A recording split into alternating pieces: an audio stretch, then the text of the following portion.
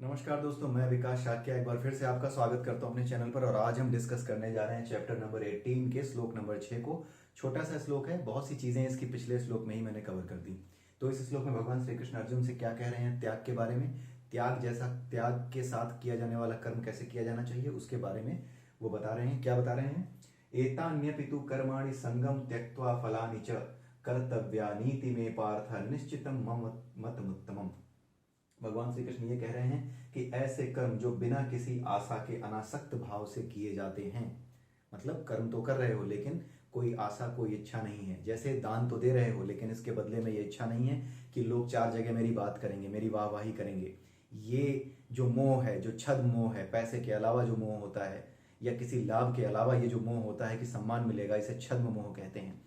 इस छद्म मोह का भी त्याग करना होता है। ठीक है, तो इस छद्म मोह का त्याग करना कि बदले में कुछ मिलेगा, चाहे वो धन के रूप में मिले या सम्मान के रूप में मिले, इन सभी इच्छाओं को त्याग करके केवल अपना कर्तव्य समझ करके कर्म करना कि ये तो मेरा कर्तव्य है।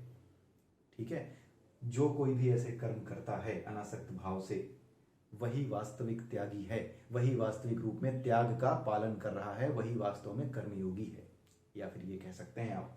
तो भगवान श्री कृष्ण कह रहे हैं कि जो इस तरह के कर्म करता है कि जिसमें कोई इच्छा कोई आशा ना हो, ऐसा ही व्यक्ति कर्म करने में त्याग का भाव रखता है। और यही मेरा अंतिम मत है कि मनुष्य को इसी तरह से कर्म करने चाहिए। जो सांसारिक जीवन में रह करके अपना जीवन आगे बढ़ाना चाहता है और साथ में मुझ तक भी पहुंचना चाहता है, तो कोई जरूरी नहीं है कि जंगलों में जाओ। आप अपना कर्तव्य करते हुए, सांसारिक जीवन में रहते हुए, कर्मयोग के मार्ग का पालन करते हुए, अनासक्त भाव से ऐसे कर्म करते हुए, त्यागमय जीवन जीते हुए आप ईश्वर को तब भी पा सकते हैं। ऐसा मेरा अंतिम मत है, यही भगवान श्री कृष्ण कह रहे हैं।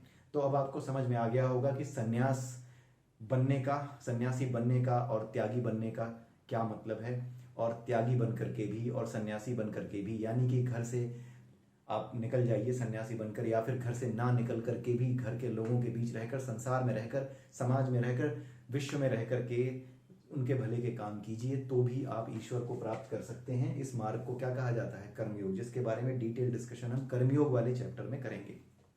ठीक है, तो ये रहा वर्ष नंबर 6, श्लोक नंबर 6। भगवान श्री कृष्ण ने इसमें बताया कि हाँ, किस तरीके से हमें कर्म करना चाहिए कि वो त्यागमय कर्म कहा जाए। ठीक है, अगले श्लोक में फिर मिलेंगे अगले वीडियो में। तब तक के लिए नमस्कार।